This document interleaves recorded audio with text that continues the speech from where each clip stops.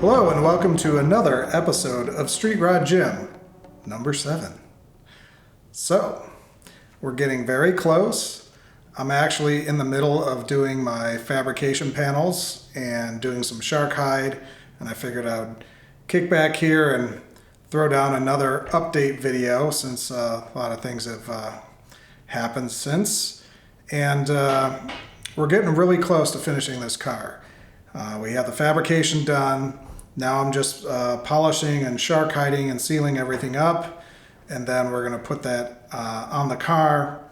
I did have my windows put in the car, but I noticed that they got loose or something and they're not going up exactly the way they should be and fitting the car. So I'm actually having the guy who put in the windows come by and just double check where we want to solidify it, because we did have one window break, it exploded on its own, and I want to make sure that I'm not putting any pressure, anything, that's out of whack going on. So I just want to make sure it's perfect. And since all this stuff is kind of retrofitted, you could say, well, it's easy, just align the window. Well, it's not so easy because you don't know exactly what was originally intended because you're using different parts from different vehicles to make everything happen a certain way. So I'm kind of waiting on that. That should hopefully be done in the next few days. And I think maybe in a week I might have this thing finished. So that kind of brings me to my next point. So as you all know, I went out and I bought a trailer, which I love. It's amazing. And I started doing shows that were either far away or, in Phoenix, which is like 2-hour drive, with the trailer, 2.5-hour drive. And it's funny because as a kid, I've always wanted an enclosed trailer that I could, ramp into and do stuff with, whether it was for quads or whatever. And so this was like a dream of mine, and finally have it, and I got it all pimped out and ready to go, and it's looking amazing and all that stuff. And the whole car show thing has just not really turned out to be what I expected it to be. And, one thing is the trailer's big enough and there's enough weight in the car that my vehicle is not, a Ford F350 or 250 or whatever that's great for hauling with a diesel engine. It's a little strain on the car. And it's not so much strain in the sense of like pulling the trailer. That's not an issue. It's a smaller vehicle with this huge trailer. And so with the stability and all that stuff, and, everybody's like, oh, well, you can buy this special, support bars and do this and do that and stabilize. It's no problem. And it's like, yeah, but I can't lift that stuff.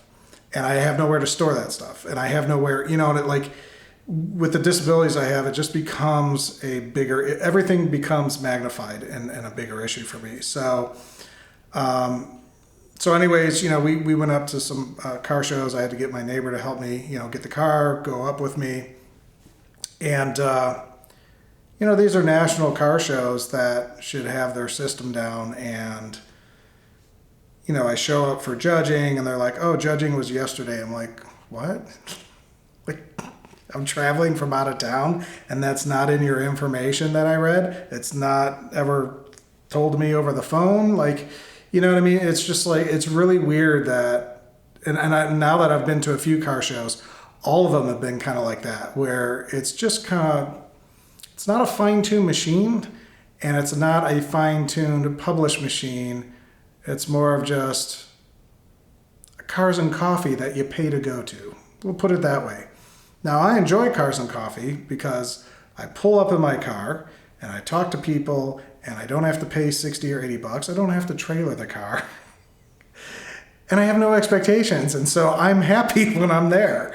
But when I have expectations of, I'm going to go do this show and there's awards and there's certain categories and this is what happens and this and that, and they're not publishing the right information for you to do, I'm traveling out of town to do this. It's not like it's at my back door or something like that. I have to go somewhere. And if you're doing it for real, where you're going way out of town, the cost involved, the hotel rooms, the help to get the car out, like, it now starts becoming a job. I don't want a job.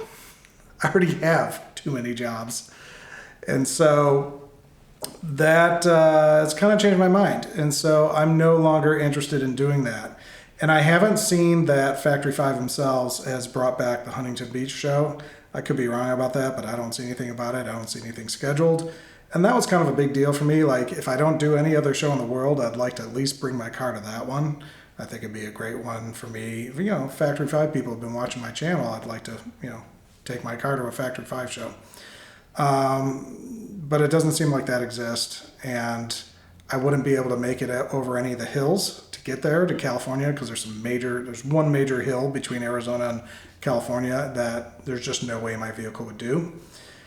And the other thing that's kind of weird, and I just bought some aftermarket stuff, but my Lexus GS 460 has had pulsing in the brakes since day one, even though I've had the rotors turned, new pads, multiple brakes, different companies working on it. Like, it's just never been perfect. And so when you're pulsing your brakes, you're only getting, we'll say, 60 or 50% of your braking power, and you got a big, huge trailer on the back. No, that ain't happening. I'm going to have a future video where I actually put all aftermarket stuff in my car, because I'm tired of dealing with whatever's going on.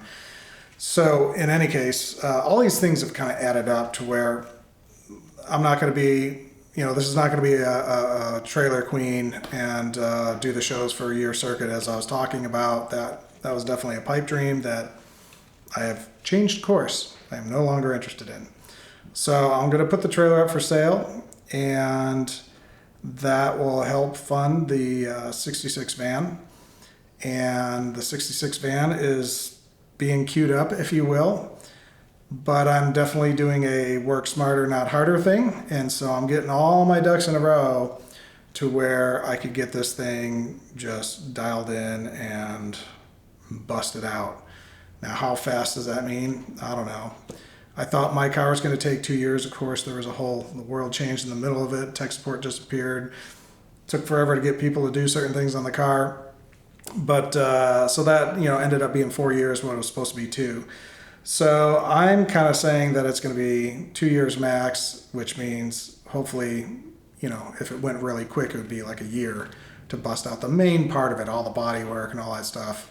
And then maybe, you know, another year of nuances and dialing in the windshields and all that stuff. But the great thing about that car is, besides a few parts that don't exist anymore to buy, I have all the glass. You know, I'm not reinventing the wheel. It's a restoration project. So I don't know if I'm going with more modern electronics. I mean, I'll rewire the whole car, but am I going to go with the old knobs and kind of keep it authentic? That's not really my thing. But I've thought like that's the direction I was going to go in, and I'm like, maybe I should just go with the latest technology. It's better, it's more solid, it's going to hold up better.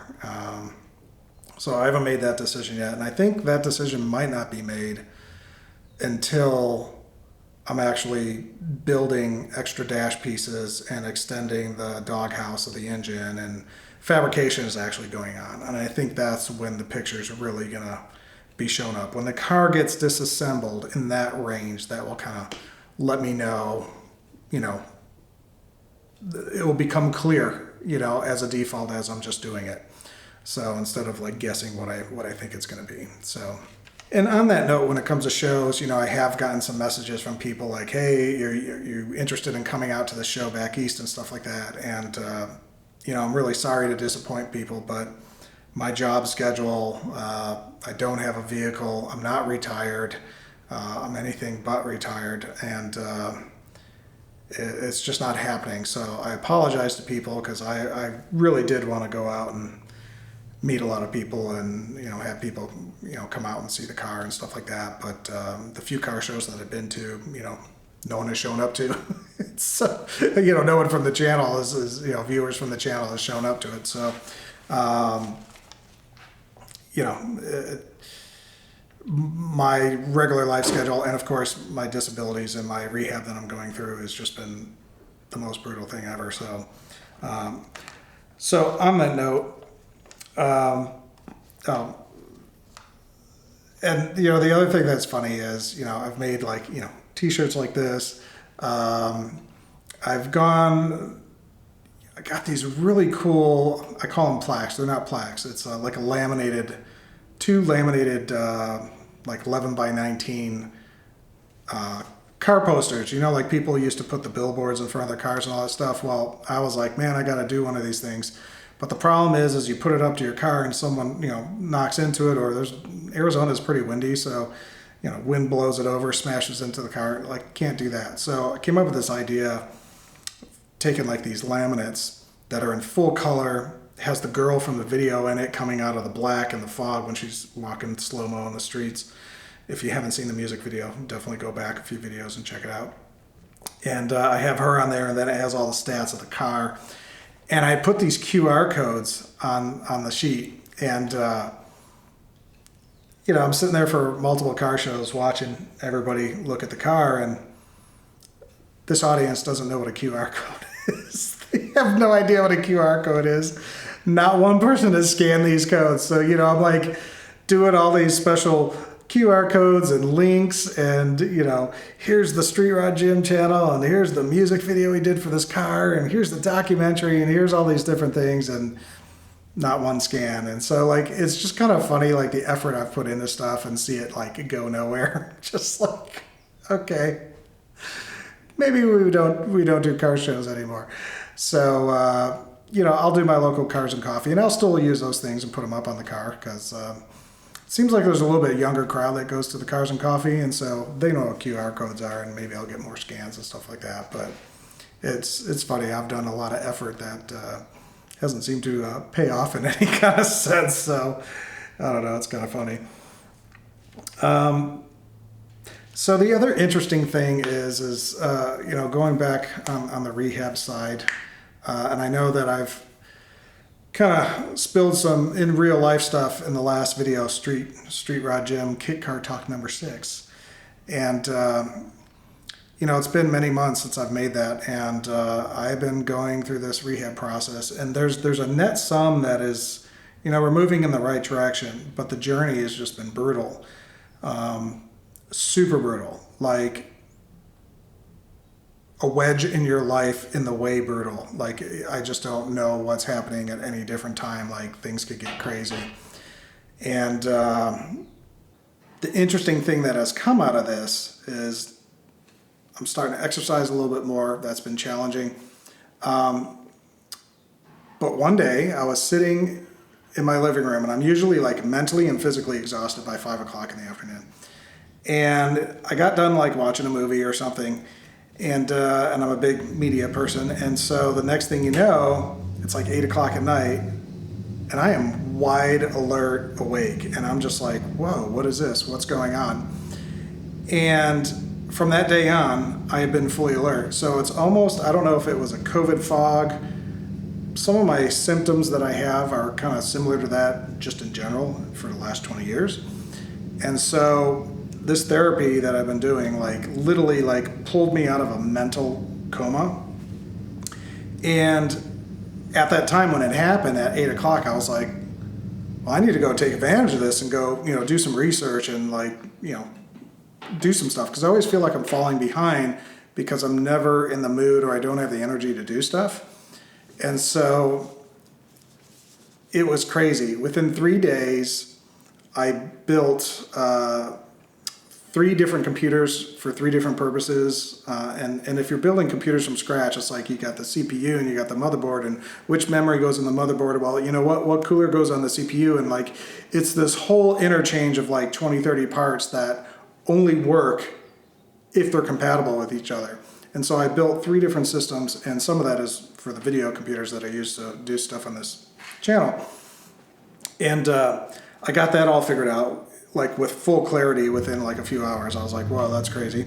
And then while I was painting Rick's vehicle, I got the whole buffing system all figured out, which for a long time I've been working on that stuff. Boom, slammed it out.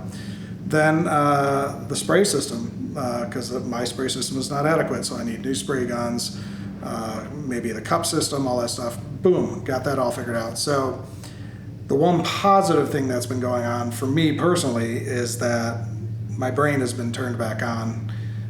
It's not dull anymore, and I'm like killing it right now. So hopefully I can keep my body to keep up with the pace of my brain, but things are actually going well on that side of it. And so it's allowed me to really start digging into the 66 Econoline and get that kind of figured out. Now, a while back, I've already figured out the Excel sheet of like all the parts and bushings and different things like that.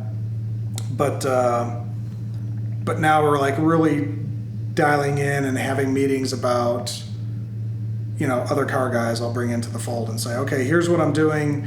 Do I have this in the right order? Should I move it this way? Because the thing you got to realize is I'm going to be taking over this garage again, but I have a 33 to worry about. And I don't want to be sanding and painting in this garage with the 33 here. And so, obviously I can move the Lexus out and leave it in the sun if I need to, but I'm not going to do that with my 33, but I don't want to leave it in here while I'm doing body work either. So now that it has windows that could be closed and sealed, well, I could bring it out in the driveway and then pull it in at night, or, I'm not really sure yet, but we're finding out those logistics. I'm working on sponsorships for certain things, and I'm trying to dot my I's and cross my T's as much as I can before going into this process, because I know what that process is now. I've done it before, and of course I want to do some better storytelling, some more interviews with people, and other things for the channel that might be really nice. And yeah, so it's been coming along pretty well. So one of the things I did when I first, even before I bought my car, was actually put some inspiration up on the wall. So I got the original promoted 33 from Factory 5 as a big picture on my wall. And also I found this computer generated image from one of the forum people that pretty much had this car kind of dialed in, even the way the fenders are curved in and stuff like that. The only difference between this car and my car, I mean, even the wheels are the same, but the only difference is I have the bigger hood, and I have different mirrors, and of course it's red. But besides that, the car is exactly how I built my car. So this was a great representation and inspiration, because I'm a visual person, so I like to kind of create almost like a visual, vision board, if you will, out of actual pictures. So that time has come now to change these up. And so this big picture, we are going to be replacing with a real picture. And then for inspiration, we are doing an inspirational shot. So I'm going to replace those and put those on the wall. And that's step one of moving forward on the project.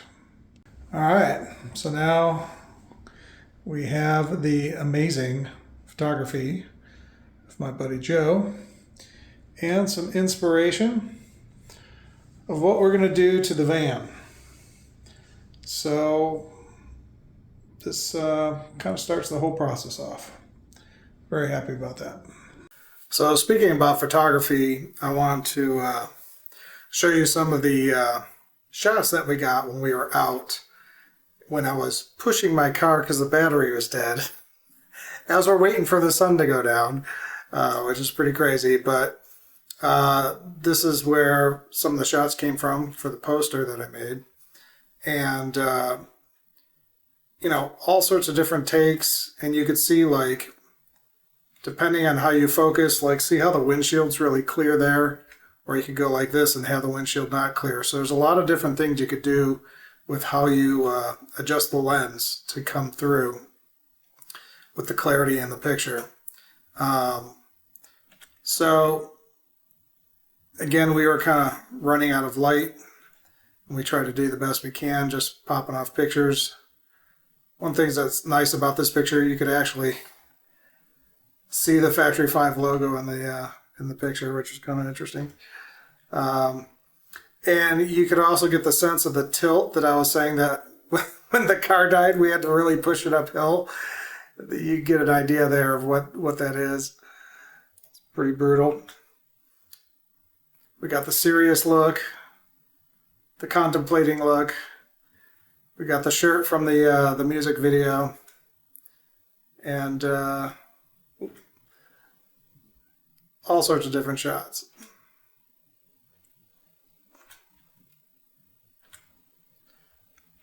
So when you do, something like this, you take tons of shots and then you only like 2. So here comes some of my favorite shots because of the reflection. This is one of my favorites because of the reflection of the desert sky starting to form in the, as it's getting darker. And so in the next few shots, you'll see that we run out of light, and then we didn't move the car because it's dead anyways. And we flipped around to the other side, and we started getting some really interesting shots of the sunset. So sun's just starting to go down, and then 5 minutes later it's starting to really warm up and get that beautiful orange glow kind of happening.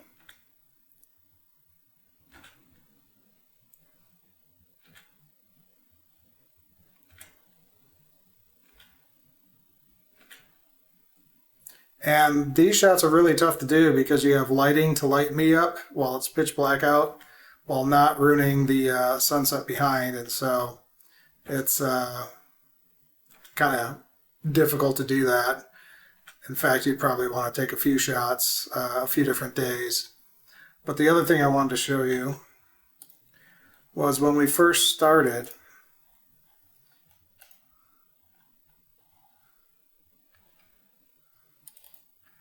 this is how I made my plaques for the car shows. Put all my car information, everything on here.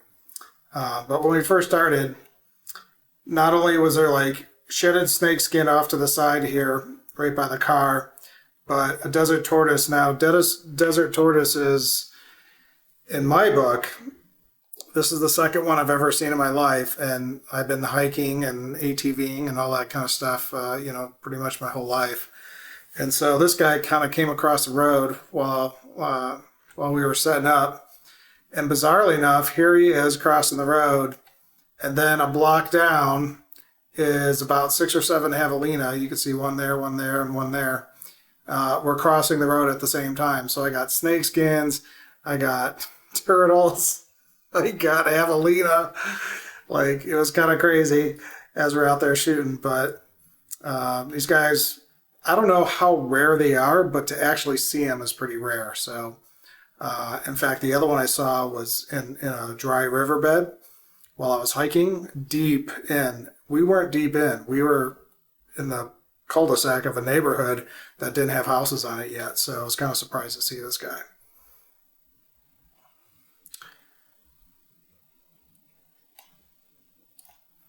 So one of the other things I've been doing since I've had some downtime doing my rehab and stuff like that is actually doing some sim racing. And so I've been kind of having a lot of fun since I'm kind of stuck on the couch anyways. Actually having fun, racing and learning a system. And it gets a little crazy. Let me see. Some of the stuff is when I first started. You can see the cars all scraped up, scraping across the sides, trying to learn how to whip through this stuff. It's pretty hilarious stuff. But they have all your major racetracks, the Nuremberg and all that stuff, and it is just a blast. It's so funny. It is a blast to actually drive these cars, and you change the engine, it just looks totally different. It sounds different, it feels different, it takes off, it responds different. You change the suspension, it's different. You can see how realistic this is. And this is Gran Turismo from PlayStation 5. If you haven't tried sim racing and you're into racing, but you want to actually still be alive and come home at night, it's actually pretty realistic. I'm pretty shocked. You could tell by the video playback. I was driving in all those scenes, and looks amazing. If there's water on the ground, you see it rooster tailing, all sorts of different things. You hit the grass, you lose traction control. It's pretty impressive what they could do, and they even have wheel systems that you could have wheels and pedals and a full cockpit and all sorts of different things that you could use to actually race in these games, which is my next step. And you know, you could start anywhere from like $2.99, and sky's the limit. Actually, you could have a full platform that's moving and doing all sorts of stuff when you're driving. But you know, I would say, you know, if you under $1,000, you could do something that's really high end if you wanted to. That has wheel with force feedback, so you feel the tires working against you and stuff as you're going into corners, and you got the pedals going. And so it's been kind of fun because I've been kind of laid up with my rehab stuff, and so it's great. But you get to experience real tracks like the Nuremberg and you know, Willow Springs and different things like that that are, you know, famous tracks that people race on. And so if you want to get your skills up in driving, it's definitely pretty realistic. So welcome to the simulation is what I'll say. So in any case, excited about the 66 Econoline, and can't wait to dig into it. I've already ordered my new spray guns. So we're just waiting for waiting to pull the trigger. So hopefully soon. Catch you next time.